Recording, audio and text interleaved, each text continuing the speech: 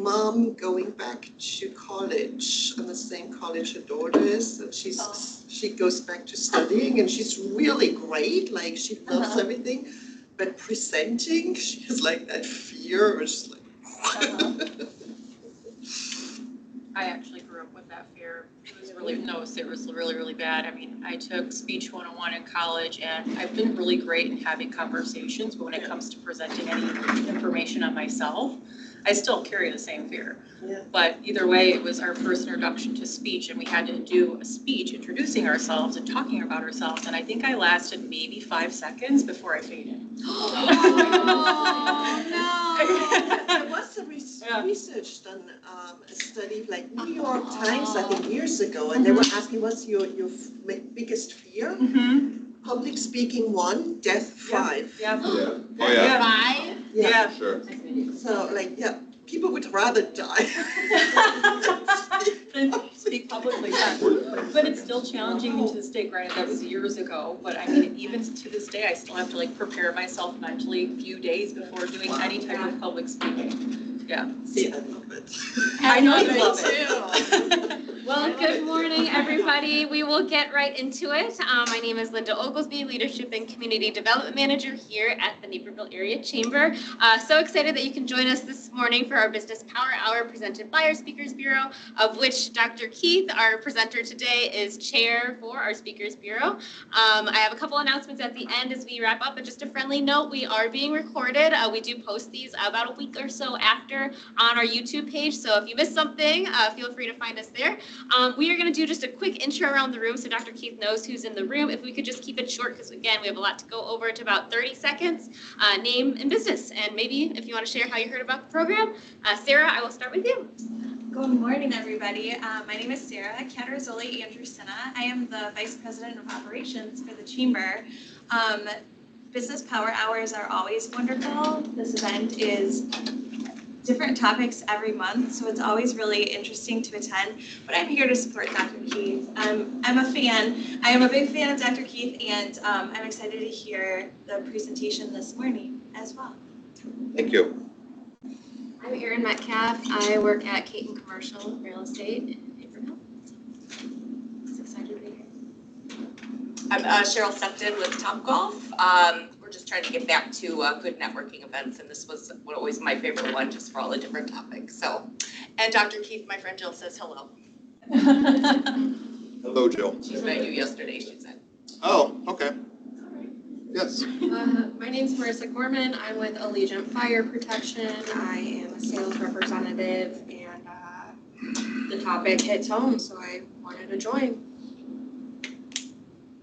Paula Merschel with Home Helpers.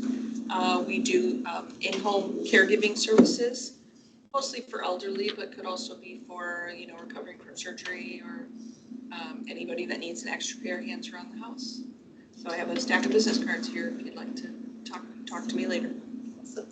Karen Knecht, I am the leadership coach and consultant for Dunamis Coaching and Consulting. So I help leaders achieve their full potential and create high-performing multicultural teams. And I love the topic, so I couldn't resist signing up for it. Danielle Dane, I'm with Savant Wealth Management. Susie is the one that told me about this event. It's home, so I came to learn too. Erica Sekulovsky with Serve Health. My business helps medical practices develop and build their patient generation. So I evaluate the practices, I develop a strategy. Whitney, who will introduce herself in a second, is actually one of my candidates for a potential practice to do business development for them. So that's my business. Whitney Garcia, also with Serve Health. And this topic sounded interesting, so I'm very excited to hear about it. Ashley Crashmore with Paula Gregory Media. I'm the marketing director over there, and I was very interested in the topic, so looking forward to it. I'm Casey Green. I am the assistant manager at Beyond Measure Fitness.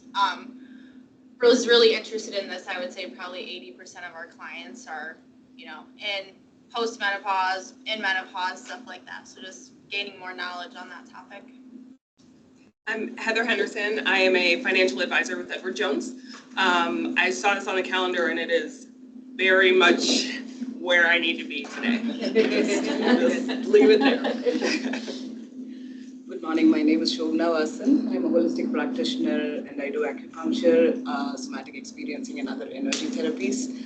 So I want to do my doctoral in women's wellness and this has been my topic for a long time. So I think being here, I'm really excited to learn more so that I can help my patients more. So thank you. Awesome. Hi everyone, I'm Nikki Green. I'm a life and business resiliency expert. I spent the last 20 years working in Silicon Valley, helping those businesses get richer, and now I help small businesses get bigger too. I am part of the Speakers Bureau here in the Chamber, so some of you guys saw me speak last month on pricing strategy and getting paid what you're worth. And anytime I get a chance to see Dr. Keith speak, I show up. So. Hi, I'm Amy Hagerman. I'm the VP of Client Relations for Colby Corp, company based out of Phoenix, but I have Colby, Chicago in my living room. And I'm part of the Women in Business Committee. And this topic is just, again, everybody here is so on point for things going on in my own life and my daughter's life right now. So I just decided, hey, it's time to, I should go to that. Good morning, everyone. I am Sana Hassan, a finance manager at Naperville Chamber. Really interested in this topic. Time to take control of things now in my life. Well, I guess I picked the right topic to speak about. All right. So before I get started, I want to let you know if you want to stay connected to me, I'm on Facebook and Instagram under my practice name, Giaquinto Chiropractic. I have a YouTube channel under my name, Dr. Keith Giaquinto, where I've got other PowerPoint lectures and other content up on there. So you might want to check that out. And I am also on LinkedIn under Dr. Keith Giaquinto. So, welcome. I'm Dr. Keith Giaquinto. I am an internal health chiropractor. And basically what that means is I take more of a functional medicine approach in doing functional nutrition in my practice and helping my patients heal themselves. I do specialize in musculoskeletal conditions, but also specialize in internal health, so dealing with digestion issues, hormone issues, allergies, immunity, skin issues. I deal with all of that stuff naturally, okay? So, got a lot to go over tonight, or today, and yeah, no, it's right, it's 8:30. So, let's get started.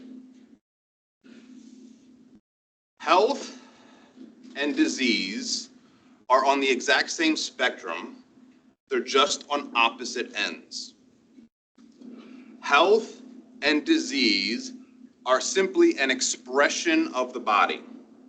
So to put it simply, when your body is strong and in balance, it doesn't have a choice. It has to express health. It is what it was designed to do. Likewise, if the body is weak and out of balance, it does not have a choice. It has to express disease. The question is, where are you on that spectrum? Are you moving towards health or are you moving towards disease? Because both health and disease need to be built. And how do they get built? They get built by your daily habits. What do you do on a daily basis to nourish your body, to strengthen your body so that you're moving in the direction of health? Because if you're not building your health on a daily basis, then guess what? You're building disease by default.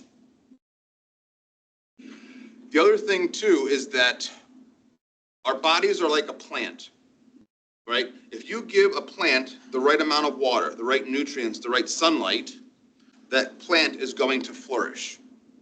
Otherwise, if you neglect that plant and don't water and don't give it the right sunlight, it's going to die. So a plant is either growing or it's dying. And that goes the same for us. So we have to develop that mindset and learn how to build health so that we can live well into our ages and be functional. Because I want you to think about this. How do you want the last 5 to 10 years of your life to be? Do you want to be full of energy? Do you want to be independent and being able to move around? Do you want to be able to pick something up off the ground without the fear of falling? Do you want to be able to physically get down onto the ground and get back up without any issues or any assistance? Or do you want to be in a wheelchair, happen to be taken care of 24 hours a day, not knowing who you are or who's around you? Those both are choices, and that those things are built depending on what you do now, today. The problem is that people simply do not know what they do not know about health. This is why I'm here. I'm here in our community to serve and to educate people so that we know how to better take care of ourselves.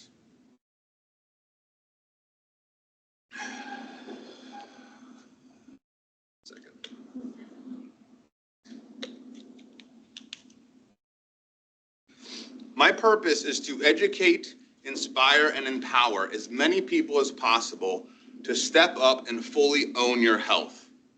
So if you don't understand that this thing we called life is a marathon, it's not a sprint, and you got to look at it for the long game.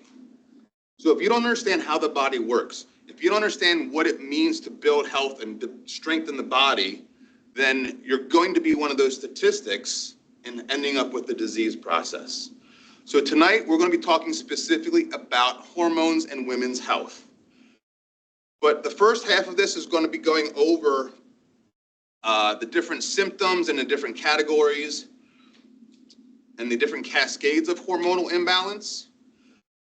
The second half applies to the same regardless of whether it's hormonal imbalance, whether it's autoimmunity, whether it's eczema, psoriasis, it doesn't matter, because there is a cause and effect relationship that occurs. We have this first domino that falls over. This starts a cascade of events that leads down the road to that 12th and 13th domino. The 12th and 13th domino are the symptoms and the health condition. But from 1 to 11 is kind of silent. And there's a lot of dysfunction that occurs. So if you want to just manage the symptoms and your health issues with medication, right, that's fine. But I just want you to understand, when you're managing your symptoms and your health conditions with medication, no healing takes place. Management is the best that you can do.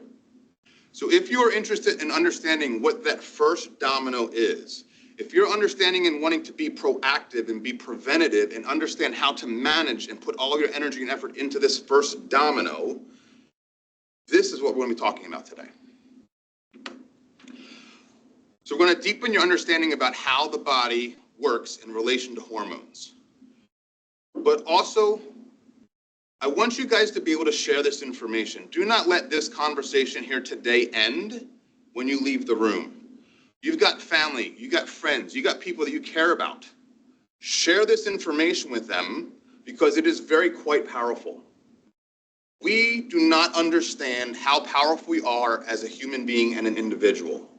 We're never led to believe that, especially when it comes to our health. So let's dive in and let's get started.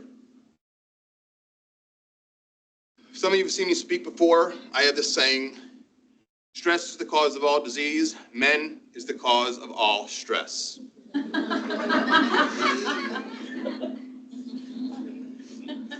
Not men literally, but men is an acronym which stands for mechanical, emotional, and nutritional stress. So mechanical stress, we're going to dive into this a little bit deeper. There's kind of more of a summary and an overview. But mechanical stress, we're simply talking about subluxations in the spine and poor posture. Emotional stress, I think we all kind of know what emotional stress is.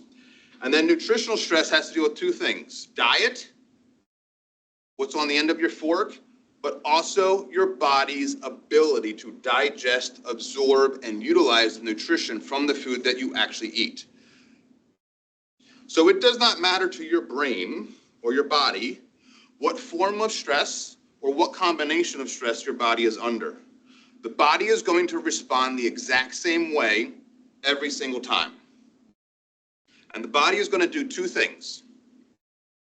So how your brain and your body combat stress is that it simply burns more nutrition. And when you are under stress, whether it is high stress or whether it's moderate stress for a prolonged period of time, your brain doesn't care. It's going to require more nutrition to simply combat that. And how much nutrition does it actually require? Well, it can require up to 4 times the amount of nutrition. So when you're under high stress, can you imagine eating 4 breakfasts, 4 lunches, 4 dinners, just to simply keep your head above water, right? It's physically impossible. So when you burn those nutrition, you become nutritionally deficient. The second thing that occurs is that your body creates more waste. And when it creates more waste because of that increased stress, the body becomes toxic. This clogs up the lymphatic system. It stresses your 3 filters, your liver, your spleen, and your kidneys. And the toxins just circulate around and around in the body because it can't eliminate it. So the body becomes toxic.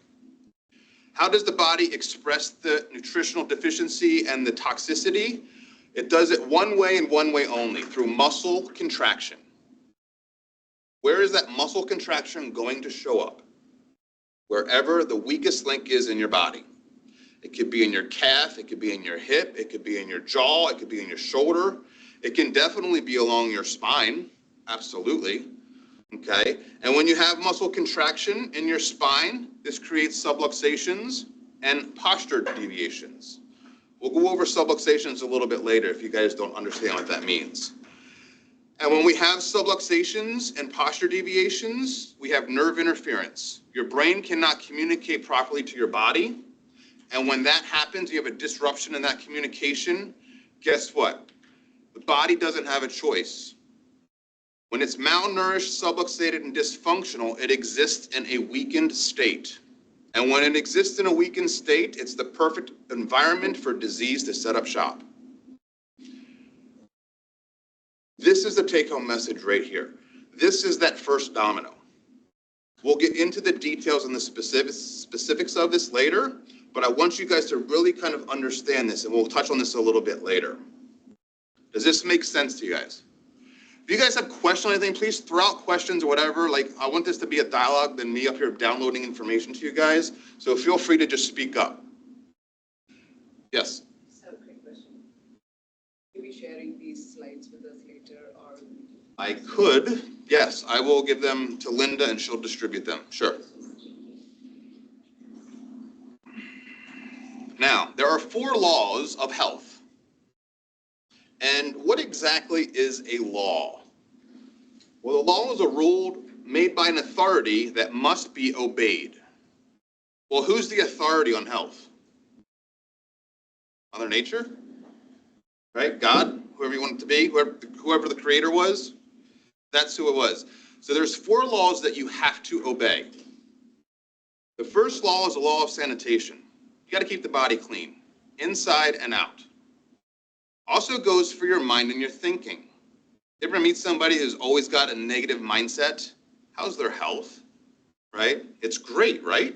Kidding. So you have to have that positive thinking and looking for the good and being grateful for things. So it doesn't just go with physical cleansing, but also what's going on in our mind. Second law is the law of movement. We have to exercise. We got to move the body. And in that comes subluxations as well. I threw that in there because that's basically what subluxations are, is they're a restriction in the spine so you don't move in that joint. The third law is the law of nutrition, eating a clean, balanced, and whole food diet. Now, us as Americans and the way that food is mass produced in this country, we are eating food-like chemicals and toxins and food-like substances that are not nourishing the body at all. And people wonder, why am I sick? Like, really? Have you looked at your diet? You're not eating any nutrition.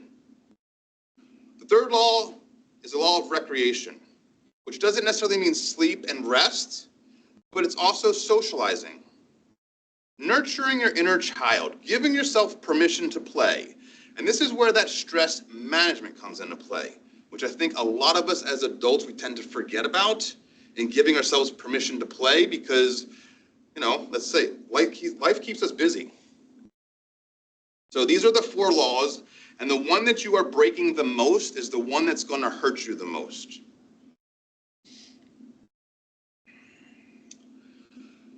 So, stress in men.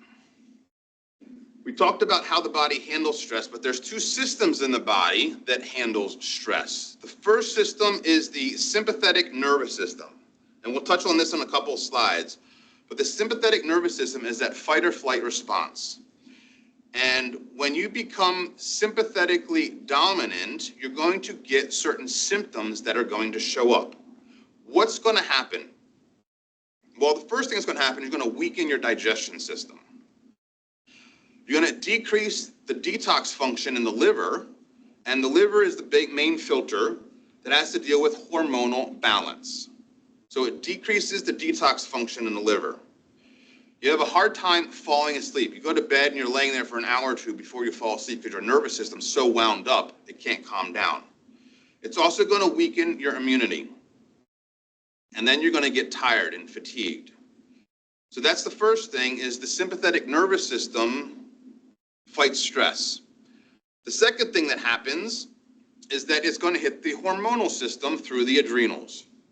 The adrenals are a little gland that sits on top of your kidney that is also responsible, our first line of defense against stress.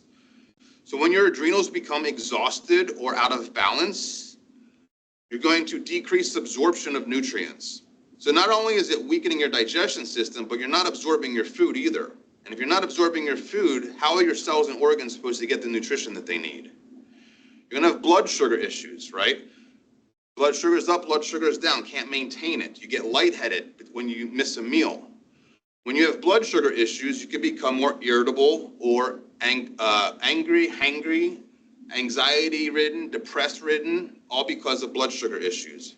You have a hard time staying asleep. You fall asleep at night, but then you wake up at 2 or 3 o'clock in the morning, you toss and turn, you're wondering why you can't get back to sleep. You also decrease immunity and you cause fatigue. So these are the two main systems that have to combat stress in the body. Now, when your adrenals are exhausted, then who has to make up the slack for that? Well, thyroid. These are a partial list of symptoms that you can get when your thyroid is out of balance. The other thing that happens is that your ovaries are going to get hit. And these are some symptoms of ovary PMS type symptoms. And then if it goes on long enough, then it's going to affect the pituitary gland. The pituitary gland is in the brain. We're going to go over all these specifically, but I rarely find that the pituitary gland is the primary source of a lot of these issues, unless there's like a tumor or something that's in there. But usually the pituitary gets hit last, but the adrenals, the thyroids, and the ovaries are usually the first ones to get hit. Now, I'm going to talk about this slide later, but I just want you to remember what has to be digested for us to get the nutrients. What are the 3 macronutrients? Carbs, fat, protein. You got it. So when we look at this, the adrenals need protein. The thyroid needs protein and fat. The ovaries need fat. So just kind of put a pin in that because we're going to come back around that full circle later. I don't like where that's going. I'm not body shaming. I didn't hear anything about carbs, I'm just saying. And you'll see why that's important later. All right. So what is a hormone? Hormone are chemical substances that act like messenger molecules, and they get transported through the blood. Travel through the blood, tissues, and organs to control how cells and organs function. And they control things like growth and development, metabolism, sexual function, reproduction, and mood. There's over 50 different hormones that the body actually produces. These are just a few examples of them. Even though hormones make up a small amount of the actual body weight, they have a huge influence on our overall health. So if they're out of balance, you're going to have health issues. So, hormonal imbalance. What are the main players? We already talked about some of them. The pituitary gland, the thyroid, the adrenals, the sex organs. But you have to have proper communication from your brain to your body. And this is where subluxations and the spinal health comes into play with that as well. The other main player are nutritional deficiencies. If your organs don't get the nutrition that they need, they cannot do their job, regardless of how much the brain is sending that signal. Hey, make more of this hormone, make more of this hormone. The organ's like, I can't. I just simply can't. I can't keep up with it. And then the last thing is the autonomic nervous system, which is the sympathetics and the parasympathetics, which we're going to go over in a moment. Now, we have secondary players that are involved with hormonal balance. This is the gut and digestion and your microbiome, and also the liver. As I mentioned before, the liver is a filter for the body, but it also does other important metabolic functions like carbohydrate, protein, and fat metabolism, and it also has to detoxify and balance hormones. So if the liver is clogged up and can't do its job, you're going to have hormonal imbalances. Because I don't know if you guys have seen this before, but we have organs attached to our spine through the nerves. Do you guys understand that? So if we have a subluxation in our spine that's coming out to a particular organ, is that organ going to function properly? No, it's not.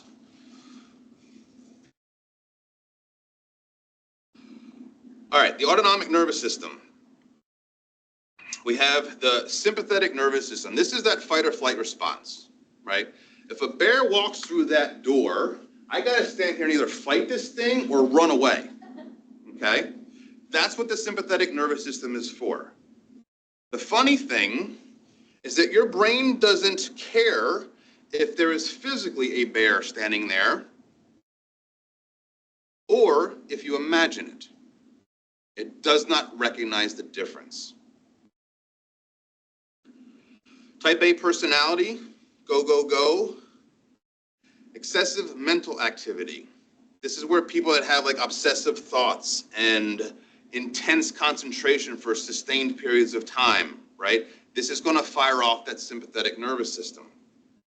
So the opposite of that is the parasympathetics, which is the rest, digest, reproduce, and heal mode, or recuperate mode. So you can become sympathetically dominant, because it sits on a teeter-totter. So when you have stress that comes into your life, you get sympathetic nervous system gets stimulated, but it's supposed to be temporary and transient. It's supposed to balance back out. Well, what if that stress is sustained, right? There's certain things that you can do that will stimulate that. And when you're sympathetically dominant, it runs certain organs faster and it runs other organs slower. So think of it as the gas pedal and the brake. You cannot heal if your foot is always on the gas and it's on cruise control. You just can't do it. All right. Pituitary gland regulates growth, metabolism, hormone reproduction through hormones that it produces. We've got all these different hormones and what their function is in the brain and the pituitary gland. You don't need to memorize this stuff. I'm just kind of giving you an overview of showing all that's involved. But these are the different hormones that deal with, the thyroid, the adrenals, and the sex hormones. So just kind of a brief overview of that. The adrenal glands, right, sit on top of the kidneys there. They produce hormones that help regulate your metabolism. They're important in blood sugar, the immune system, blood pressure, response to stress, and other essential functions. They secrete these hormones, epinephrine, norepinephrine, which are the fight or flight response, and cortisol. Cortisol is the stress hormone that maintains blood pressure, blood sugar, keep that in mind, blood sugar, immune function, and the body's anti-inflammatory processes. So if you're addicted to cortisol and stress, your body is super inflamed. And if you're inflamed, can you be well and balanced? Not at all. And you've got DHEA. Now, DHEA is the precursor hormone for the sex hormones. And when your adrenals are out of balance and deficient, it can't produce enough of this, so then your sex hormones then become out of balance. Thyroid. Everybody knows about the thyroid, maintains your metabolism. but it also has a lot of other functions in the body too. I won't bore you with a lot of those. But basically it makes two main hormones, T3 and T4. T3 is the active form of thyroxine, but the thyroid only makes 20% of that. 80% of what is made is T4. So if it makes 80% T4, then where does it get converted into T3? Well, you have different organs in the body that have to do that. Liver, kidneys, and gut. So again, liver and kidneys are filters in the body. If your body has toxic, your lymphatic system's congested, they can't do their job because they're clogged. Ovaries produce eggs for fertilization and make the hormones estrogen and progesterone. Now, there are certain symptoms that come along with when these certain glands and organs are out of balance. There's a lot here. I don't want to go over all the details. Go back.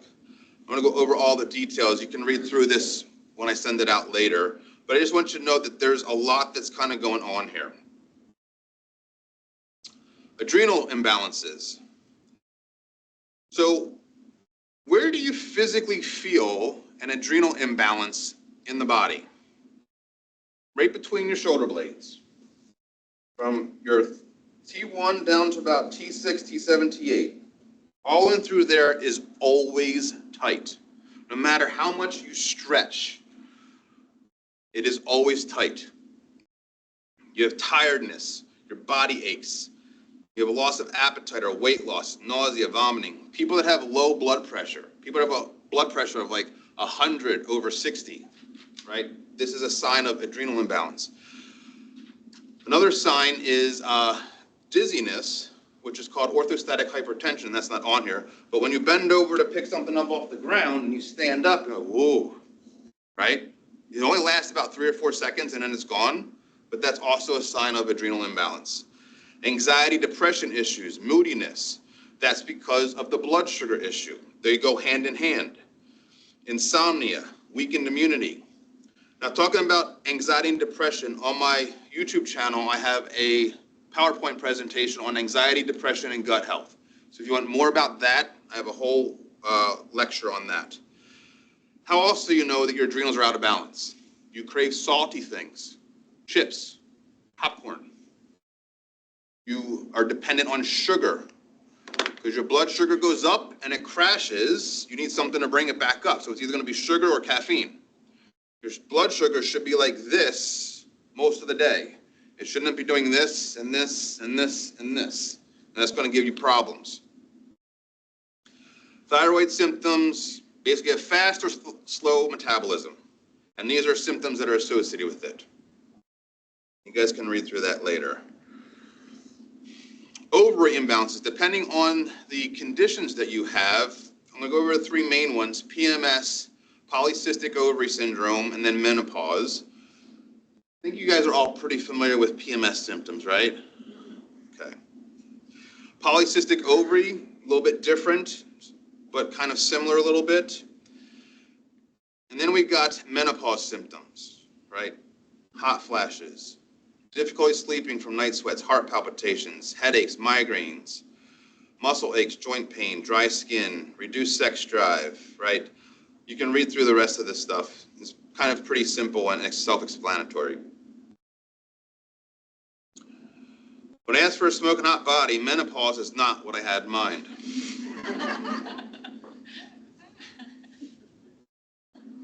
Now, I go over all of that just to simply show you that there's a lot of things that can go wrong with those different pathways. You do not have to know any of that, right? That's not what that's for. I just wanted to show you that, to show you that it doesn't matter what you label something. There is a cause and effect relationship, that first domino. So I kind of set that up to go over how I want you guys to be able to look at the body so you can look at it intelligently and say, hey, what can I do in my daily life to support my body? Because it's trying to keep me alive and upright against gravity. What am I doing abusing it? Now, I'm not saying you have to be perfect. I'm not perfect by any means. But 80% of the time, do something that's building your health. I mean, my diet is not perfect. I enjoy pizza. I like whiskey, right? Ice cream, definitely a weakness, but I don't have it that often.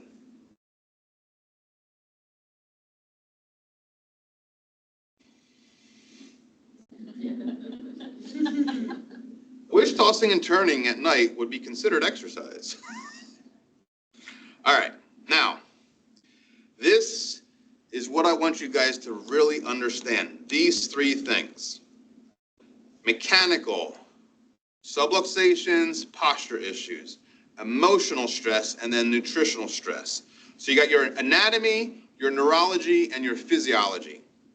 So when my patients come in to see me, I just go around the horn here. It's like, all right, mechanically, did you trip and fall or mechanically injure yourself? Did you try to move something and throw your back out? Right? No. Okay? Have you changed your diet at all? Did you go binge drinking over the weekend? Or have you fallen off the wagon and started eating like crap? No, my diet's been pretty much the same. Well, then what does it have to be? Emotional. 85% of the patients that come in to see me have a primary source of stress that's emotionally related.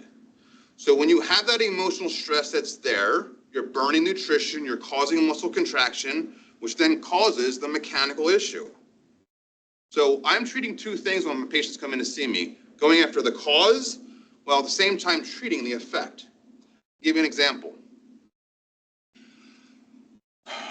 I do a special breathing technique called emotional breathing release technique that has been a game changer in my practice when I learned this years ago.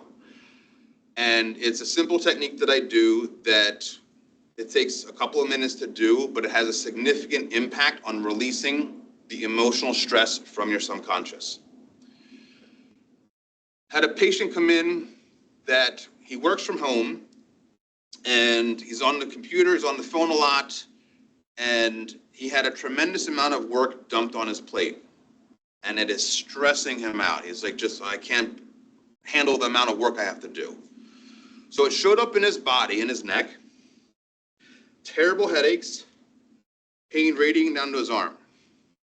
I'm like, okay. So I took a mechanical approach for 2 weeks. I adjusted him. I did soft tissue work. I did electric stim. I did ice, trying to help to calm down that muscle contraction in his neck. 2 weeks.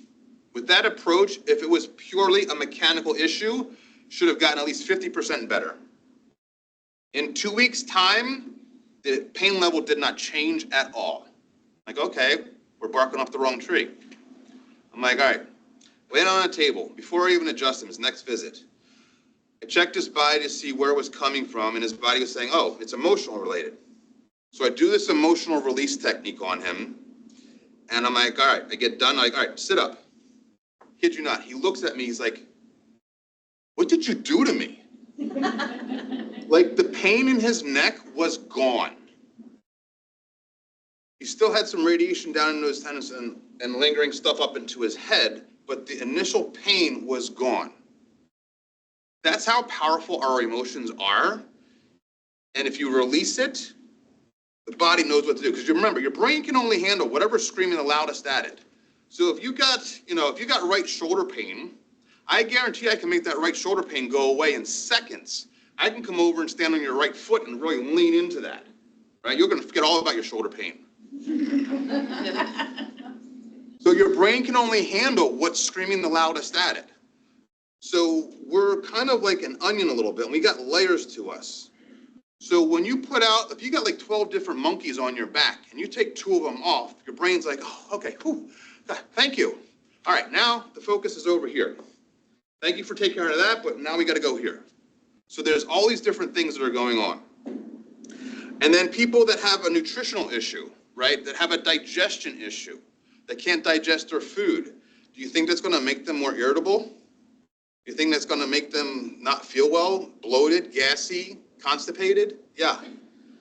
So the nutritional can affect the emotions, which will then, again, cause the mechanical. So if you truly have a mechanical issue, right, I bent over to pick something up heavy and I tweaked my back. All right, no other thing was going on there, then doing a mechanical solution will take care of the mechanical cause. So I want you guys to really kind of understand this, because this is that first domino. Let me say the same thing, only different. You've got your structure, your bones, your muscles, your connective tissue.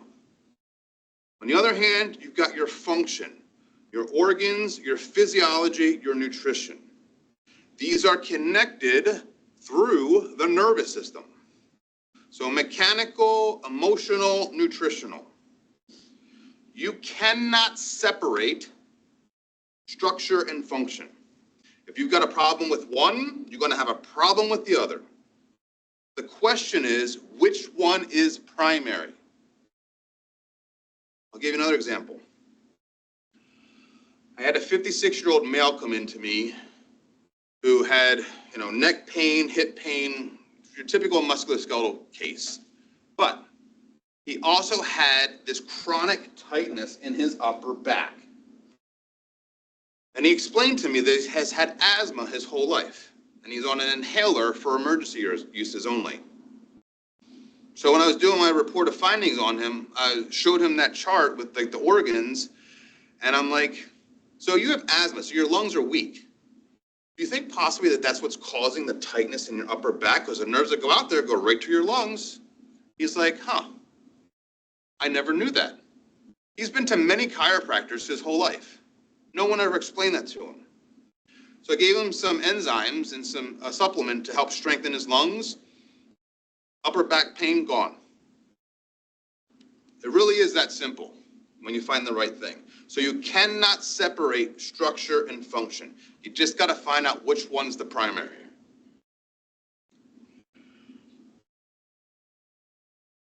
So what organ controls everything in the body?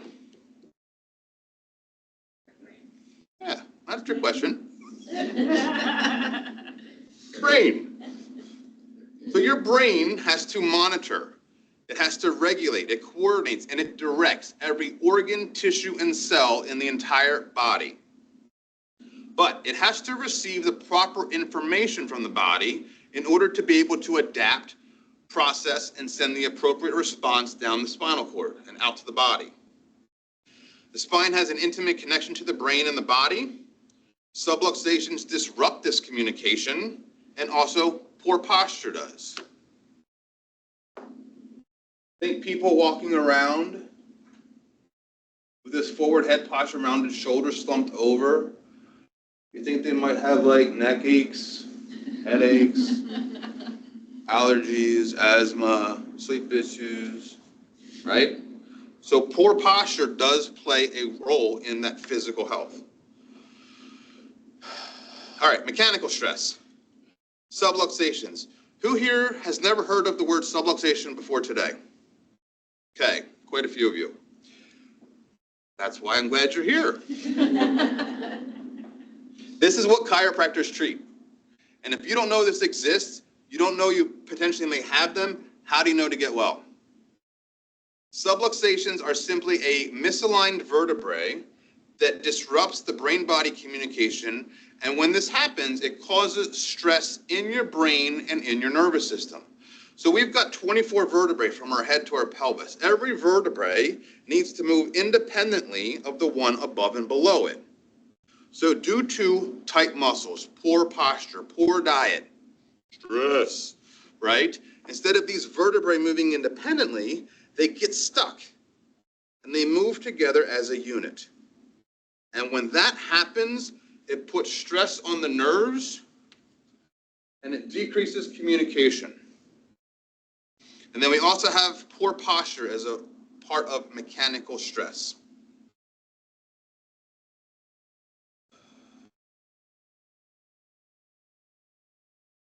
If we're to take a cross section of one of these nerves, this is what we're seeing in every nerve. All the nerves that come out from our spine. There's 3 components to every spinal nerve. There is a motor component of your brain talking to your muscles. There is an autonomic component, which is your brain talking to your organs.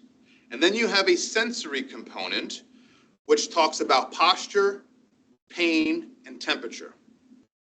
What I want you to take away from this slide is that function versus feeling. You can feel fine and still have type diabetes developing in you, or heart disease. Can you feel osteoporosis? No. Health is not about how you feel, it is how you function. And the sensory component makes up for less than 10% of all nerve transmission. What do I mean by that? Well, when you have muscle weakness, muscle spasms, muscles fatigue, right? You have organ-related issues, allergy, low energy, digestion problems, breathing problems. 90% of the time, you're going to have a loss of function before you experience pain. I have so many patients that come in to see me that have allergies or asthma or digestion issues, have no back pain, no neck pain at all. But I know they've got subluxations because they just don't feel it. Because you're only going to feel pain in your neck and your spine or your back in the most acute or extreme situation. But you're going to have a loss of function 90% of the time. It's kind of like cavity, right? Do you guys feel a cavity when it's first developing? No. When do you feel a cavity? When it's really bad. Yeah, exactly. Same thing applies here. So there's a study done back in the 70s by Dr. Su, and he did a series of studies showing that 10 millimeters of mercury pressure could cause a 40 to 60% decrease of electrical transmission down the course of a nerve. So 10 millimeters of mercury, that pressure is about the weight of a dime. So when you have subluxations, right, we've got 24 vertebrae. There's a nerve that comes out every side. Could you imagine having 10% loss here, 20% here, 30% here, 60% here? Do you see how cumulatively that adds up to a lot of dysfunction in the body? Will you feel pain? Maybe, maybe not. But you're going to feel symptoms of something. It's kind of like we get up and go about our day. How do we communicate with our outside world? What are different forms of communication? Speaking, what else? Body language. Writing. Texting, email, in the old days, fax, right? So there's different ways to communicate with our outside world. So let's just call it 50%. You get up and go about your day, and 50% of what you communicated outwardly never got there. How would that disrupt your day? Would you get anything done? Yeah, very little. But that's what goes on in our body. When we have subluxations, the communication between the brain and the body and the organ or the muscle is not getting there. It's like if I'm up, send information, word, get it. Did you understand what I said? No. That's what it's like in the brain and the body with subluxations. All right. Anybody here not have emotional stress? All right, just wanted to check. So all different kinds of emotional stress, right? Relationship issues with family, friends, coworkers. But also, how's the relationship with you? Are you kind to yourself? Are you compassionate to yourself? If we had a friend that talks to us like the way we do sometimes to ourselves, would they be our friend anymore? Yeah, probably not. So that relationship also goes with you. Because really there's two different types of relationships, toxic and nurturing. Toxic people, you all know who they are. You avoid them like the plague and try to get them out of your life. Nurturing people are the ones you want to be around. Ones that are always glad to see you, wanting to lend a helping hand, knowing how you are, right? Checking in with you. Anxiety, depression issues, financial issues. Also, intense concentration and obsessive thoughts can be a form of emotional stress. This is the breathing technique that I do. When something happens to us emotionally, it gets stuck in our breath. Because we have our conscious mind and we have our subconscious mind. If something happens to us consciously and we refuse or don't know how to deal with it on a conscious level, what do? We shove it down inside of us, and it gets stuck in your subconscious mind. And when it gets stuck in your crawl there, how does that manifest? A zillion different ways. So the breathing release technique that I do helps to get that subconscious emotional stress and release it from the body. It's very powerful. Let me see if there's another example I can give you.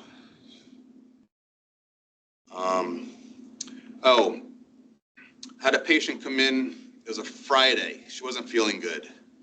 She usually comes in every 2 weeks on a Tuesday to get adjusted, but she called me Friday. She's like, I'm not feeling good. I want to come in. So she came in on Friday, got adjusted, and she goes home and she eats dinner that night and she ends up throwing it up. Saturday, she develops a cough, pain in her stomach, loss of appetite. She goes to urgent care. They're diagnosed with bronchitis, send her home with an inhaler.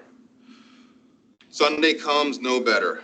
Monday comes, no better. Tuesday comes, she comes in, she's like, I need to come in. I'm like, all right, what's going on? Let's run around the horn. Well, did you injure yourself mechanically? Trip and fall? Do anything? No. How's your diet been? Ain't changed your diet? No, I haven't been eating at all. I'm just not hungry. I have stomach pain. I'm like, okay. So then it's got to be emotional. What's going on emotionally? Nothing. She also mentioned that she was nauseous. I'm like, okay. So I know when someone's nauseous, I know their filters are clogged. Liver, spleen, kidneys. So before I do anything, I put her down on a table. I check her liver stress point, that's fine. Check her kidney stress point, that's fine. I go to touch her spleen. I barely touch it and she jumps. Like, what the heck's going on there? We found it. It's right there. So I adjust her, and after I adjust her, I still touch that and it's still there. Like, okay, what's going on emotionally? So I do the breathing release technique on her. No, actually I didn't. There's some other work that I do. There's some muscle contraction in the lower shins that are connected to the 3 filters. So I start doing some muscle work on her for like 12 minutes, and I'm talking to her. Like, so what's going on? Because obviously there's something that's going on. So she mentioned stomach pain and nausea. And she's like, oh, it dawned on her. Her mother-in-law, who is 93, just went to the hospital in the prior week, and she was worried and concerned that she's not going to come out. What 2 organs does worry affect? Spleen and, right? Acupuncturist, right? Exactly. So just the fact that she brought that to light and she's like, oh, she acknowledged it. She had like 1 tear. That was it. She wasn't hysterical or anything. Just 1 tear. But just the fact that she brought it to her consciousness and she like released it. Once I got done, I touched this, all gone. Pretty cool, isn't it? Sorry, I get excited about this stuff. All right, so on my website, I have a blog that I wrote about emotional stress management, 9 tips to master your inner peace. I also did a YouTube video on 9 tips to increase your emotional fitness. They kind of overlap a little bit, but me talking about it. And then there's a case study about the one I just told you that's on there, along with some other things about emotions. So if you want more information on that, you can go and check that out. All right, nutritional stress, like I talked about, is diet and what's on the end of your fork, but also your body's ability to digest, absorb, utilize, and eliminate the nutrition from the food that you eat. I have so many patients come in to see me that exercise rarely. They eat very clean, but they still have all these health issues. It's not a question of their diet and their lifestyle. It's a question of how is their body functioning, or how I say not functioning, okay? And that's kind of what my specialty is. My practice name is Giaquinto Chiropractic and Digestion Center. Why chiropractic and digestion center? Well, your spine is very, very important. And if you don't have brain-body communication, you're not going to heal. Your gut is very, very important. If you can't digest and absorb the nutrients from the food you're eating you're not going to be well. So those are at the top of the priority that needs to take place and to be in balance if you want to be well. Because let's face it, what we eat and put into our body is either going towards creating inflammation and causing disease and speeding up the aging process, or what we put into our mouth is going to be building health, maintaining homeostasis, and increasing our longevity. Again, you don't have to be perfect. Whiskey tastes pretty good. So, I mean, pizza, who could, anyway, especially from Costco. I'm human too, okay? All right, now, what are the results of weak digestion? Well, we've got bloating, gas, reflux. We have dysbiosis that occurs in the microbiome, leaky gut leaky gut, which is inflammation and toxins that are not supposed to be in the body get into the body, which then leads to bowel toxicity, and your body's reabsorbing all these toxins. And where does everything from the gut go? Where's the first thing that it goes to? Everything gets shot into the liver through the portal vein. The liver, your main filter, has to detoxify all of that stuff before it gets into the general circulation. So if your liver can't do that job because you've got too much toxicity or your microbiome is out of balance, then how is it supposed to balance your hormones? Can't. If you want more on the whole digestion thing, I have 2 different digestion talks on my YouTube channel, so you can look it up there. But this is just on a quick overview. All right. Remember I said in the beginning that one slide, adrenals need what? Protein. Thyroid needs what? Fat and protein. Ovaries need what? Fat. So what is the relationship to the nutrient groups in the body? What are the 3 main categories that have to be maintained in order for the body to maintain homeostasis and to be in balance? There's only 3. We need a source of energy. The body needs to be able to grow and repair itself to maintain the tissue. And this is where hormonal production comes in. And then we have regulation of body processes. So what is the raw material of the nutrients that the body needs to be able to do these things? Well, I heard somebody saying, why isn't carbohydrates getting all the crap, right? Well, carbohydrates is important because it's a source of energy, but it's only a source of energy. What does fat do? Fat is a source of energy, but it also helps to grow and repair and make hormones. We also have minerals, vitamin minerals, and water. What do these do? Well, growth and repair and regulation of body processes. So what's missing? Protein. What does protein do? All 3. How much protein do you guys eat?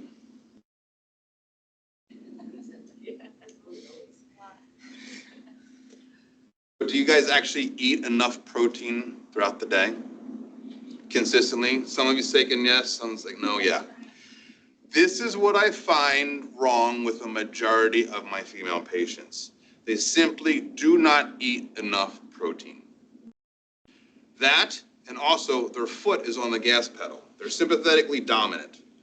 So not only are they burning it more, they're not eating enough of it. Food for thought. Pun wasn't even intended.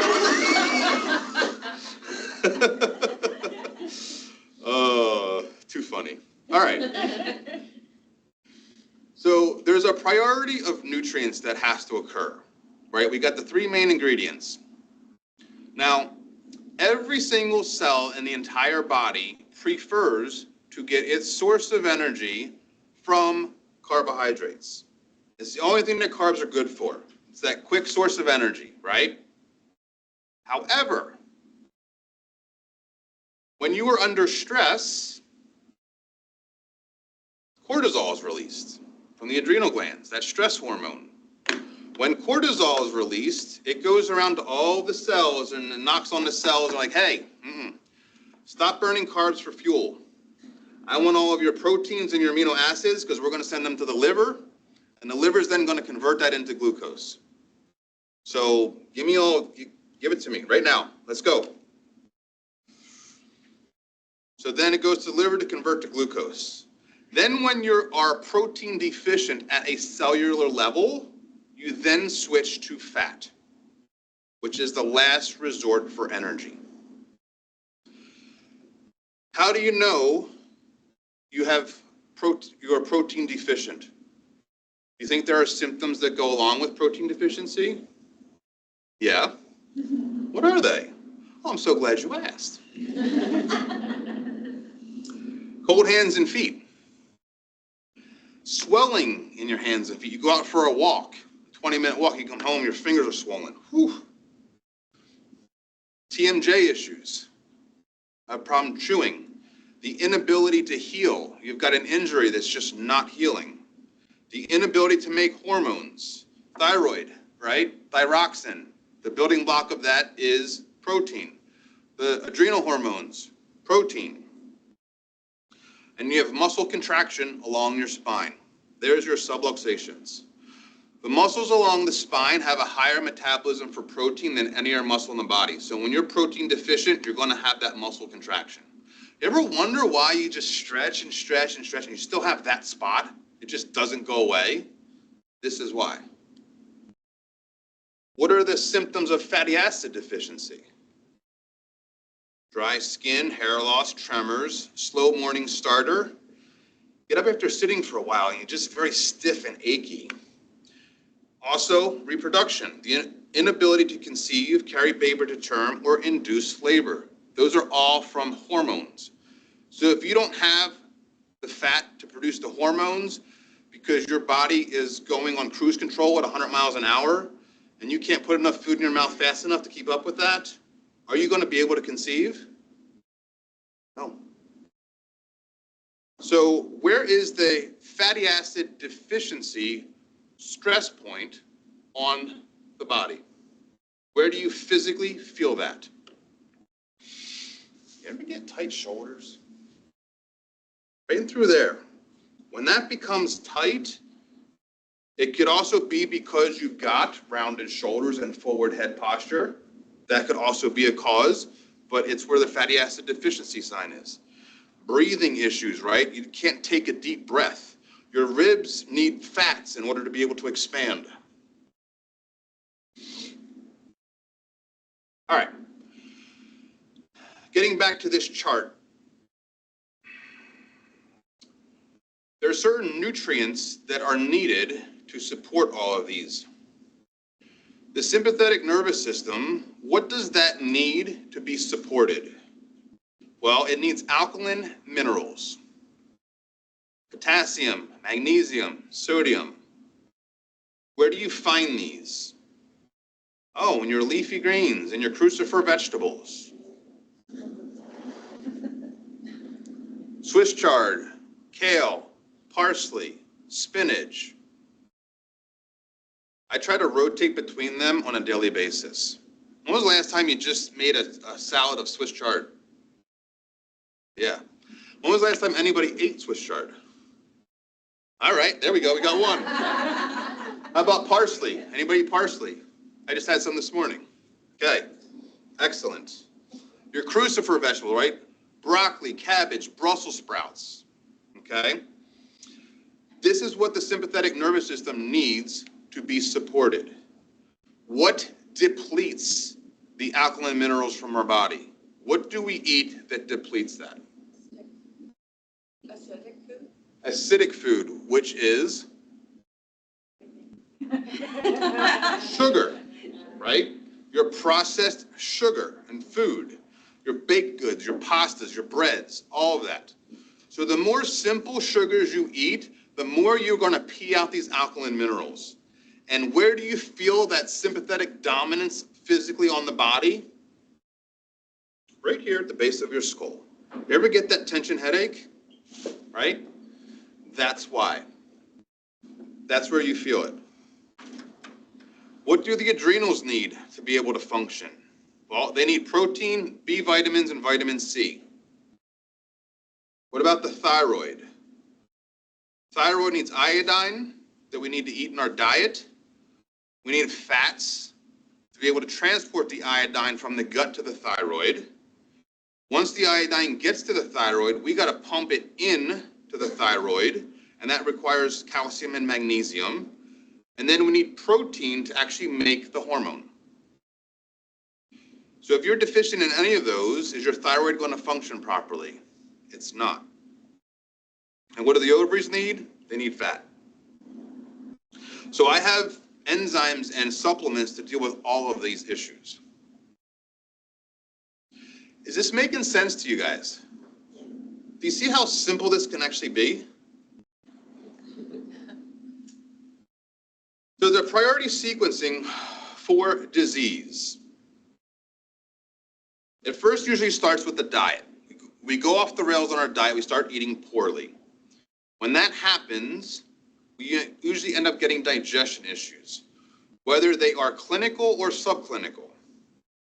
Then we have elimination issues, constipation, diarrhea, which then affects inflammation in the body, which then in turn stimulates the immune system. Where's 80% of your immune system located? In your gut, exactly. So if you got digestion and elimination issues, do you think you're going to have immune issues? Absolutely. Then you have the autonomic nervous system, right? The sympathetics and the parasympathetics. Then it hits the endocrine system and your hormonal system, and then lastly, the lymphatic system. When I say the lymphatic system, do you guys understand what that is? So your lymphatic system is basically the sewer system of the body. It collects all of the toxins, the debris, the cellular waste that happens from cellular respiration. And it's got to circulate around and around in the body. Now, who has to filter that out?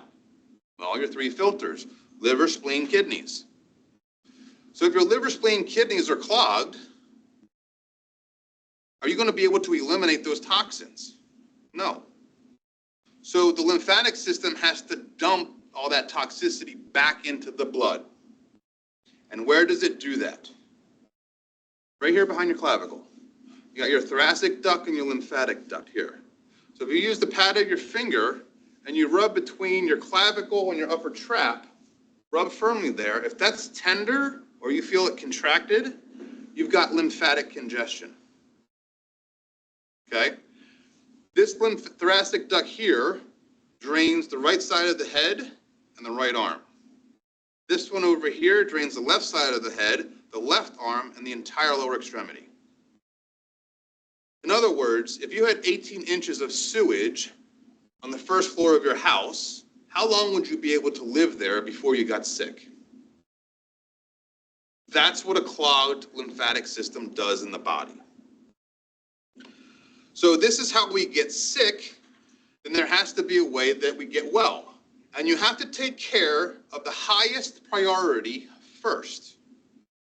If you deal with the digestion issue and you don't clean up the lymphatics or balance out the hormonal system, you're not going to get well.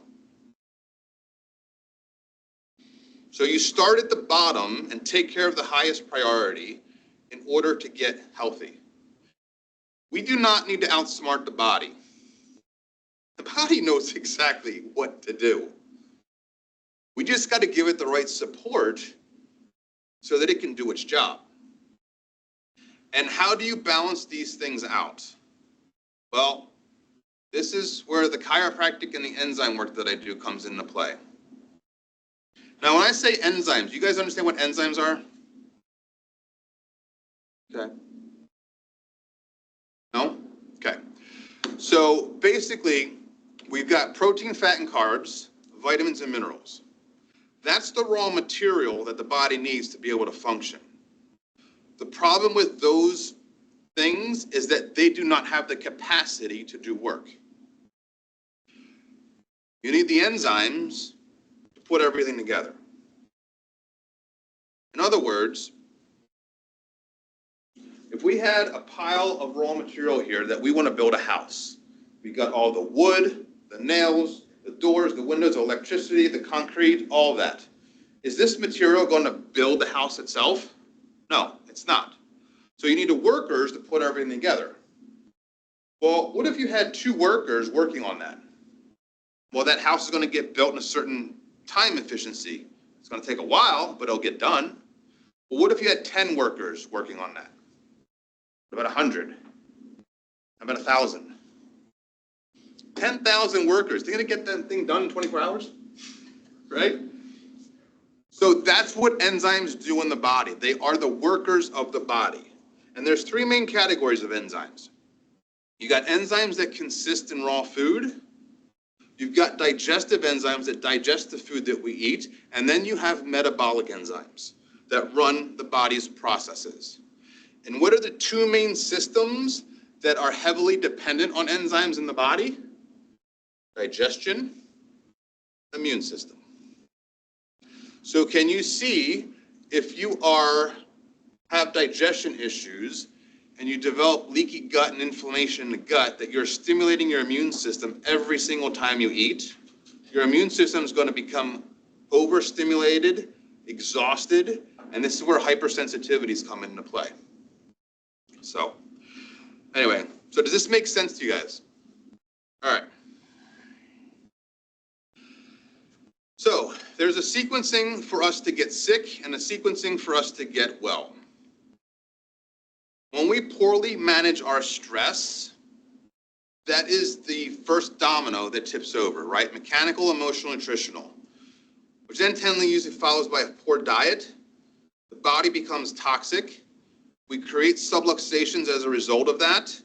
Organs become malnourished. And guess what? Health challenges appear. Oh, where'd that come from? What do you mean? So if this is how you get sick, then there has to be a way to get well. Well, first you've got to identify, where is that primary source of stress?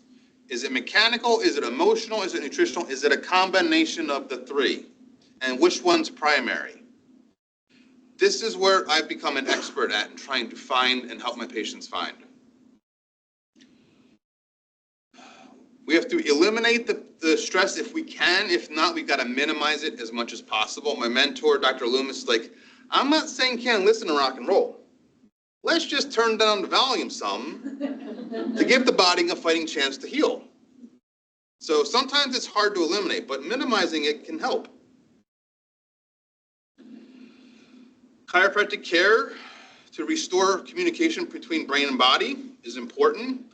Cleaning up the diet, cleaning up the gut, making sure your microbiome and the bowel toxicity is fine, and then nourishing any organs that are malnourished with supplements. This is how you get well. So how do you know where to start? Well, you don't. You're not trained. That's why I'm here. There's a couple different exams that I do in the body or in my office. We do a musculoskeletal exam with chiropractic, and then there's a full-on digestion evaluation we can do too, depending on what you're coming to me for. If you're coming to me specifically for hormones, the only way to measure that is through blood work. And then there's a 24-hour urinalysis that I use with my digestion evaluation to determine from a chemistry perspective how your body is handling your food. Is there any bowel toxicity and other things that are involved with that?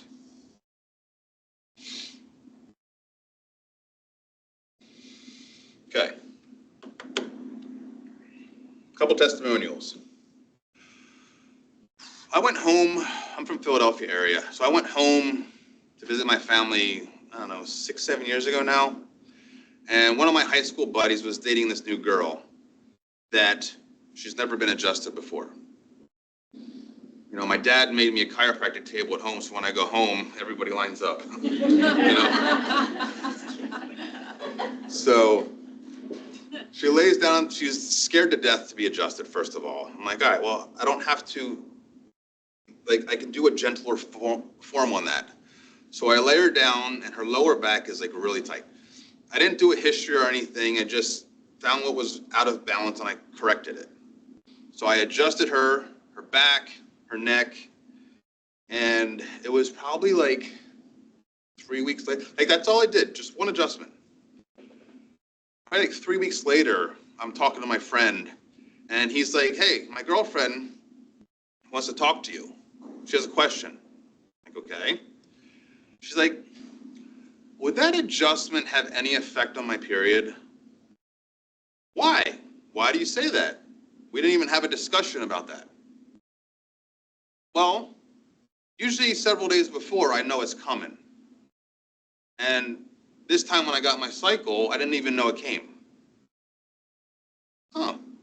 Well, the nerves in your low back go to your sex organs. Yes, it's definitely a good possibility. So just by simply getting an adjustment helped her feel better. Stacy was in her mid-20s. She came to me because she had lower back pain, but her cycle was so bad that she had really bad cramps that she literally had to take 2 days off work when she had her cycle. Like really bad. Like this is not good. So I started adjusting her and I gave her some supplements to help support her ovaries and sex organs. And now she has her period no problem. So when your organs are malnourished, they have to scream and yell at you. Whether it's nutritionally or whether it's not receiving proper information from the brain, right? Rachel, she was more of a complex case. She came to me, her mom brought her to me for a second opinion because she's 19 years old, she hasn't had her period in 9 months and her hair's falling out.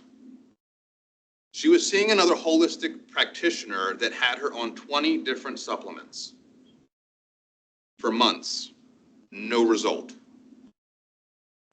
So she comes to me and I'm like, okay, well, let's go around the horn.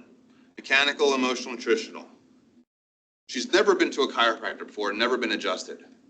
What do you think was her primary source of stress? Emotional, right. What did you say? She said the mother. You're not wrong. Her primary source of stress was emotional because she was 19, she's going to school full time, she's living at home. That home environment is very, very toxic. She does not get along with her parents. And I'm like, look, I understand that, but you've got two options here. Number one, you can move out and find your own place to live, which is how feasible for a 19-year-old college thing? No, it doesn't work. So I'm like, all right, well, if that's the environment that you have to live in, then you have to figure out a way to change your perspective so that that toxicity doesn't affect you. You gotta switch your perspective on that. So I taught her how to meditate and how to journal and what to journal. And she did that faithfully. So I know for some females, meditating is very, very hard because your brains are physically wired differently. But she wanted to get better. Like her hair's falling out. She's like freaking out, you know? So she learned how to do that. I started getting her adjusted. And I only put her on 4 products, right? 4 supplements. I only put people on 2 or 3 at the most. So if you need more than 3, you're very out of balance. So I put her on 4 different products to help her digestion system and help support her sex organs and her adrenals. It took 2 months. Hair stopped falling out, period came back, no problem.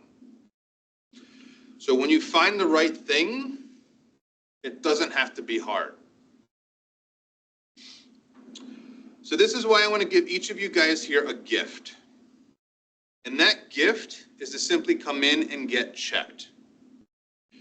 If you want to do this and take me up on this opportunity, I will check your spine, I will check your posture, and check your digestion system. And I'll do this at my expense. So if you want to take advantage of this opportunity, on the bottom of your stress survey, just check that box. Or if you want, I've got times up here for the next week.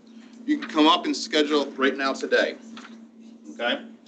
Now this opportunity is only going to be good for the next 2 weeks. So make sure you kind of come in and make that happen.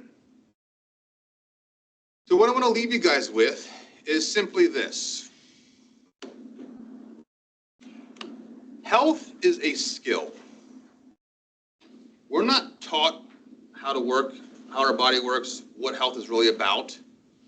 So it's a skill just like anything else. How do you get good at playing the piano? You sit down and you play.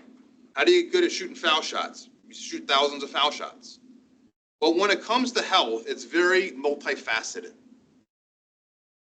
You've got stress management, you got diet, you got exercise, you got chiropractic care, the right supplements, whatever it is that works for you. Nurturing your inner child. You got all these different aspects of health that you have to work towards in building and strengthening the body. I'm a big fan of baby steps. Take one thing and focus on that one thing for a month. When it comes to diet, I talked to my patient about this. Well, do you drink soda? Or do you drink cow's milk? Can you eliminate those things from your diet? Can you drink more water? Let's be very, very simple and start there. Then once you've mastered that and that becomes easy for you, then move on to the next thing. So if you master a healthy habit once a month, you got 12 new habits at the end of your year. How likely is your health going to change if you can do that? Does that seem hard? Well, for some people, maybe. People don't like change. But it can be. And that's why we get your mindset around that plant, right? I'm either growing or I'm dying. If you enjoyed this talk, I'm doing a talk this coming Tuesday right here in this room on headaches. You can register for it on Eventbrite. Now it's up to you. I'm here to help you in any way that I can. If you got any questions, I'm more than happy to answer them. Thank you for your attention.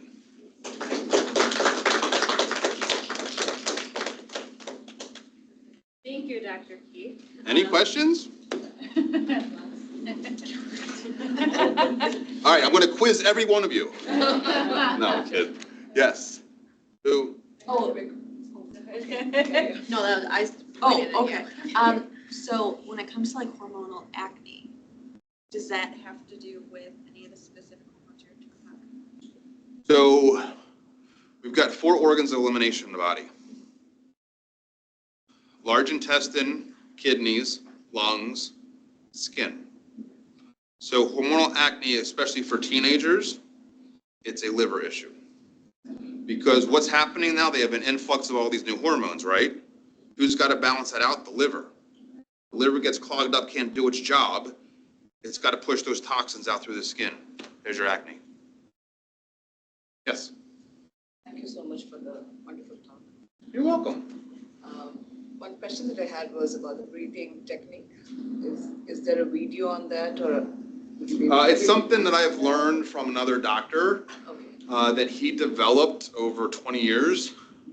And he's practicing down in Florida right now. I've known him for about 20 years too. And he just kind of developed it on his own. And it's something that I've learned, and it's just been a game changer. Have you demonstrated that anywhere on YouTube, or so that we can have an idea as to what it is? From a practitioner perspective, I don't have that available, because if you want to learn that, you got to go to him. So, any other questions? Yes. I'm trying to figure out how to phrase the question. Just throw the words out there. Menopause is the word. So Okay. I've heard, menopause, perimenopause. What happens to your hormones? Do you need hormones? Do you have? When are you in menopause? When are you past menopause, or what's the timeline?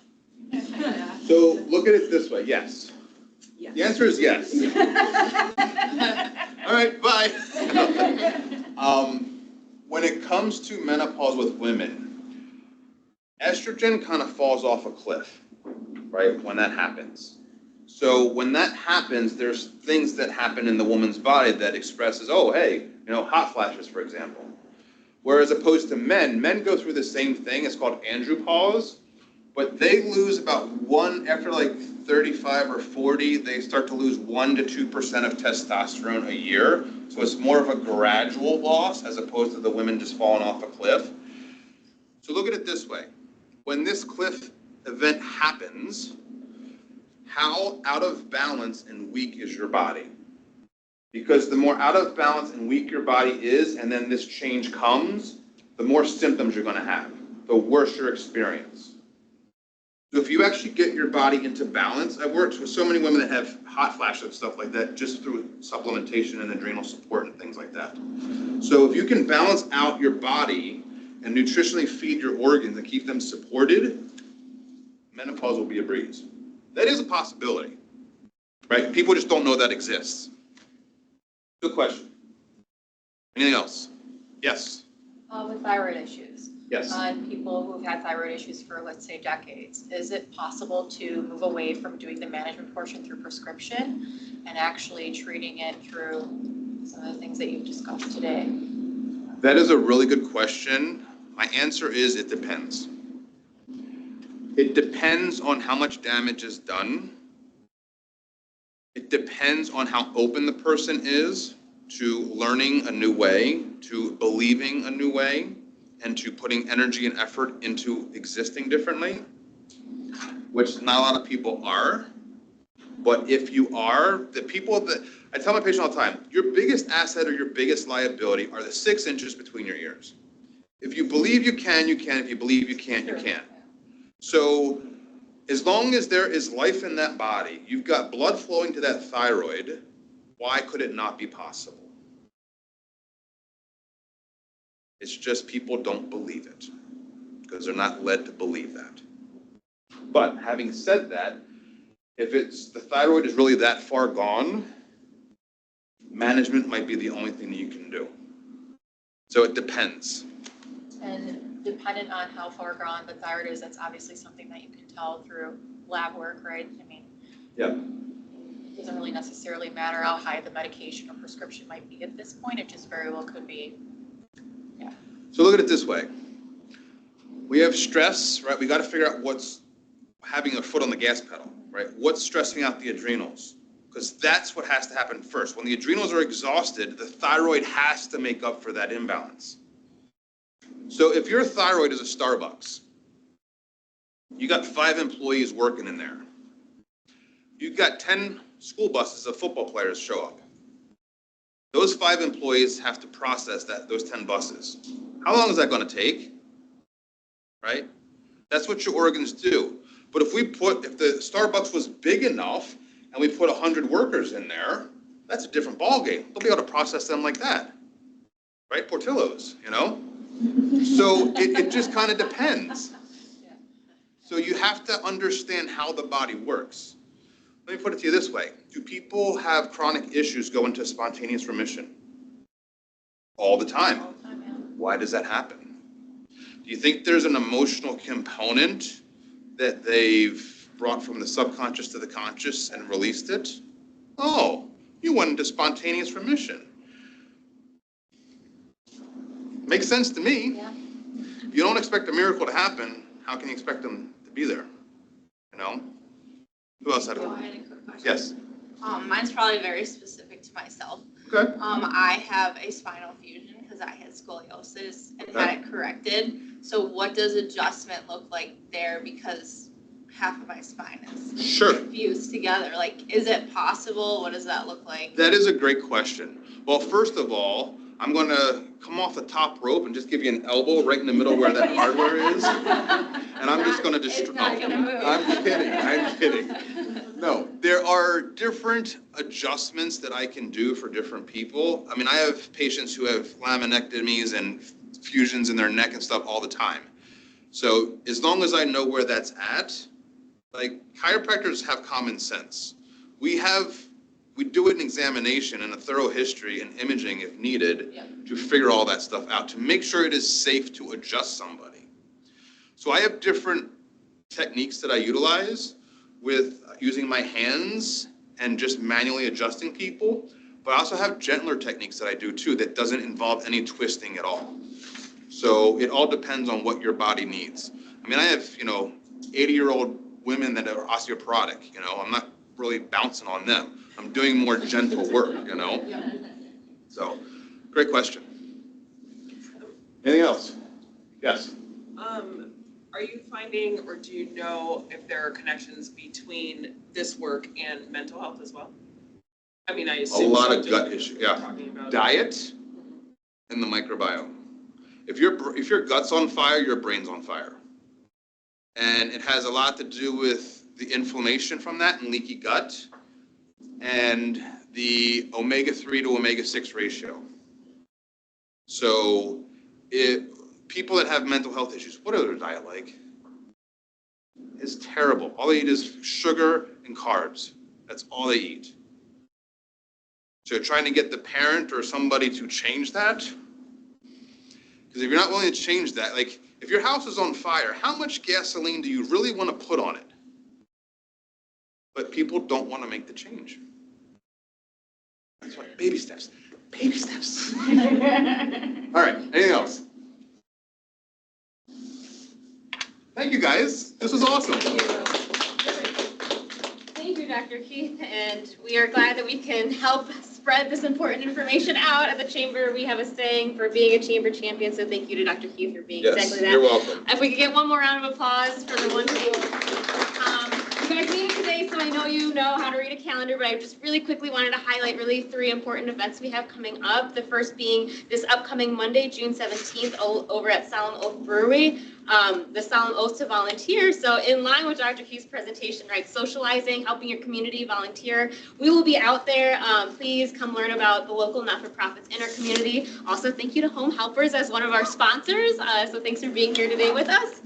Next up, Thursday, June 20th, in this room, we have our end of session recap. So we will be bringing in 5 significant people from Springfield will be in this room to mix and mingle with and talk about those important legislative decisions. So please come here Thursday, June 20th. And then last but not least, Wednesday, June 26th, we will be over at NIU Naperville campus for our 4 Under 40 Achievement Awards. It's very engaging, very fun. If you have any young professionals on your team, they're more than welcome, and really we should bring them along to join us. Other than that, feel free. Miranda's here. I'm here for any questions about the Chamber, but thanks for spending your morning here with us.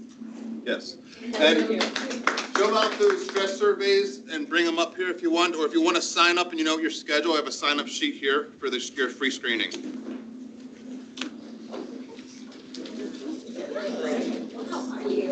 Oh, thank you. That's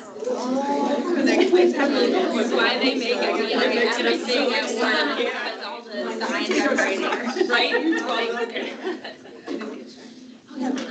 can I get a picture with you with the PowerPoint? We should do that, right? Oh, yeah. Yeah, let's do that. Here, I'll get Miranda. Yeah, I didn't even think about social media. I got some good action shots of you. Good.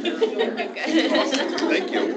You don't mind sending them to me, or like make a post and I'll share? Yeah.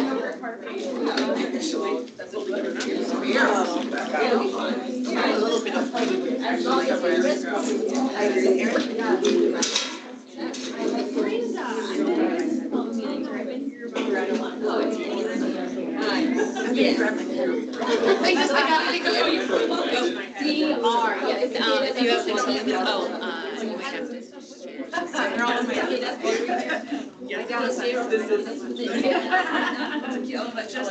I have a lot of work. I'm good. I didn't know if you'd recognize me. Yes. I texted my children. Thank you, sir. I'll see you on. I know. So I was just telling doing better. I think she had so many other issues. Sharing. So it was like now she's back now though. Like I know all my windows doors and doors. Pay attention to the summer, nothing, I steered to get. She needs to fix that posture, and it's been. Yes. Thank you so much. You're welcome. I'm sorry. So now I think we're kind of going to square one, unfortunately. Yes. I know. What was the final count? I don't even know. Yeah. And she is. Oh, yes. And I did get some. Thursday night, I think I decided to leave. Sorry. Thank you. You know how that goes. There we But I'm go. also texting Kimberly all this stuff during us. I'm like, Perfect. Yay. you do, so I just started. You and the other person. Because I know, okay, I'll right? fill No, in. thank you for I'll doing fill that. in. Take some pictures of They're all here. Ready? Yeah. I'll send you some. Chamber. Oh, that's right. Yeah, that's the right angle. I see Let me give you my cell phone number too, because the number on. No, you're fine. Just looking at my schedule here. Yeah. Thank you. Thanks, Dr. Kate. I'll send these to you. All right. Later today. It's all. I have to, is it your office? Okay, perfect. I have to dip out because I'm going to NIU to help Sarah with the women's business thing. If you want donuts, please, but I'm just gonna leave All the the room. women were like, what happened to the? I know. You're quite welcome. Nice to meet you. If patients are interested in your services, they just contact you. Sure, yeah. Yeah, that'd be Yeah, I perfect. told Sarah Thank you. I have a meeting. Thanks for coming out. And then I'll just team sort of find out how that. Okay, yeah. How long would you say the evaluations usually take? Well, the screening itself will be about 15, 20 minutes. Okay. But if we need to do an examination or something. Let me tell you, I love going downtown. Yes, absolutely, so nice to have you here. I look forward to the email about the headache thing. I was not, but I could probably put a link in there with Linda. I noted that, because. Yes, remember I just signed up for this. I know myself. I know because I'm like, I'm gonna forget to put that on a calendar somewhere. Yeah, right. And my phone doesn't sync with my work calendar, so I have to put it on the work calendar to get it to sync with my phone and. Same. Oh my gosh, so annoying. Do we need to put numbers or anything on there or just names? If I have your stress survey, it's on there, so. Thank you. You're welcome, thanks for coming out. Oh, no. Do you need me to switch? I can. Oh. We've had everything busted out, but those are our notes because that's. Just wanted to thank you, very nice meeting you. I look forward to hearing from you too. Yes, absolutely. That thyroid question was. Yes, absolutely. Sure, Yeah. of course, But exactly. looking to explore it, Yeah. so. Well, and that's the thing, it's like, you don't know what you don't know. And Right. if you've only been told one story your whole life, how do you know there's even another game? Exactly, yeah. That's why I do this. Yeah. You No, know? this is really great, very educational. Thank you. Thanks. I'm glad you liked it. Thank you. Thank you. Thank you for coming. Thank you. I'll just do something right now. So I'm very, very intrigued on what you were saying about the mindset. It's so true. It is all very starts true. with your mindset. People don't understand how powerful our mind is.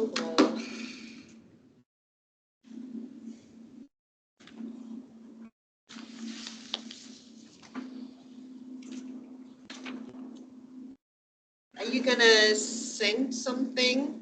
I will send the PowerPoint to Linda, Okay. and I'll also send the link for my headache registration in there as well. Yeah, because I looked at your website. Yeah. And it's not on there. Yeah, I know, I Okay. forgot to put it on there with my web guy. That's okay. But you can find it on Eventbrite. If you go, are you familiar with Eventbrite? Yep. If you go there and search in headaches, Dr. I don't Keith. have headaches, so Yeah. I'm not gonna do that. Oh, sure. Yeah. Mindset, remember? Do you want me, I'll give you a headache. I don't need one. And then will your team send me a meeting invite or just show up on? At I'll that probably time? call everybody Okay, to Okay. confirm, okay. so, And you have my information here Yeah. too, so. all right, Great. perfect. This was really, really insightful. Thank Good. you so much. Thank you. Well, I mean, my mentor, Dr. Loomis, who taught me about all this enzyme nutrition and the organ-related stuff, he makes it sound so simple, you know? And I've been in practice now for 22 years, and I'm understanding now what he was talking about. Because you find the men and minimize it, adjust the spine, nourish the organs, it really is that simple. Yeah. People just don't understand that. And I agree with you, like 85% of the stress comes really from how we perceive the triggers and Absolutely. everything. So I do stress management workshops, and a lot of times when I ask people what stresses you out,